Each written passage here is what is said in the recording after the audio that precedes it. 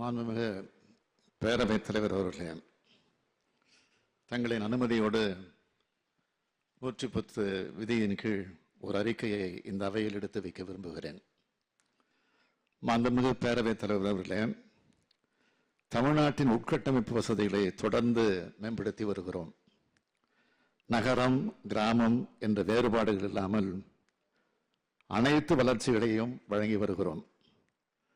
அனைத்து துறை வளர்ச்சி, அனைத்து மாவட்ட வளர்ச்சி, அனைத்து சமூக வளர்ச்சி என்பதையே நமது திராவிட மாடல் அரசின் இலக்காக கொண்டு செயல்பட்டு வருகிறோம். இதில் சாலை வளர்ச்சி என்பது மிக மிக முக்கியமானது. நகரம், கிராமம் என்ற வேறுபாடு இல்லாமல் சாலை மேம்பாட்டை தமிழ்நாடு அரசு செய்து வருகிறது என்பதை இந்த மாமன்ற உறுப்பினர்கள் அனைவரும் அறிவார்கள். கிராம ஊராட்சி மற்றும் ஊராட்சி ஒன்றிய சாலைகள் கிராமப்புற மக்களின் பொருளாதார வளர்ச்சிக்கு வித்திட்டு வறுமையை ஒழிப்பதில் முக்கிய காரணியாக உள்ளன. தமிழ்நாட்டில் சுமார் 1,38,000 கிலோமீட்டர் நீளமுள்ள கிராம ஊராட்சி மற்றும் ஊராட்சி ஒன்றிய சாலைகள் உள்ளன. ஊரக பகுதியில் உள்ள சாலைகளை மேலும் மேம்படுத்தும் விதமாக ஒரு புதிய அறிவிப்பை இப்பொழுது நான் வெளியிட விரும்புகிறேன். ஊரக சாலைகளில் செயல்படும் முதலீட்டிற்கு ஊரக மக்களின் நலனிற்கும் நேரடி தொடர்பு உள்ளது. சாலைகளின் உட்கட்டமைப்பு மற்றும் போக்குவரத்து சேவைகளின் மேம்பாடு என்பது ஊரக பகுதிகளில் வணிக செயல்திறனை அதிகப்படுத்துகிறது. அதன் மூலம் இடுபொருள் செலவினை குறைத்து வேளாண் உற்பத்தியினை அதிகரித்து ஊரக வளர்ச்சிக்கும் வழிவகுக்கிறது. தரமான சாலைகள் கிராமப்புற மக்களின் வருமான அளவினை உயர்த்துகிறது. கல்வி, சுகாதாரம் போன்ற சேவைகளை வழங்கி அறிவாற்றலை பரவலாக்கி சமூக பொருளாதார ஏற்றத்தாழ்வுகளை களைந்து வளர்ச்சியை துரிதப்படுத்தி உதவுகிறது.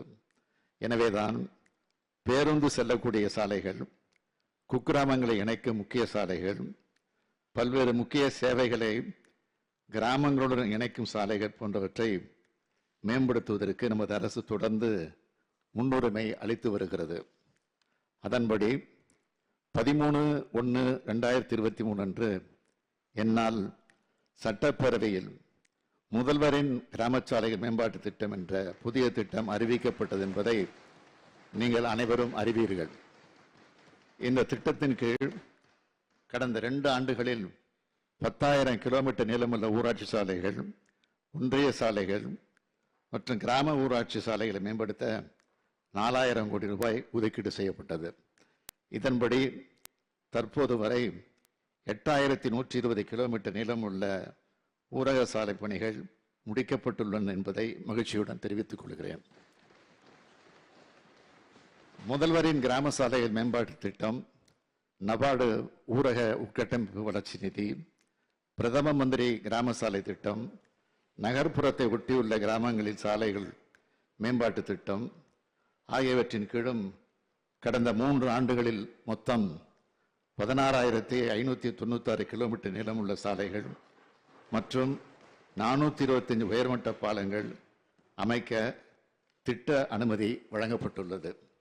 இதன் மொத்த மதிப்பு 9,324 கோடியே 49 லட்சம் ரூபாய். இதனை தொடர்ந்து செயல்படுத்த திட்டமிட்டுள்ளோம்.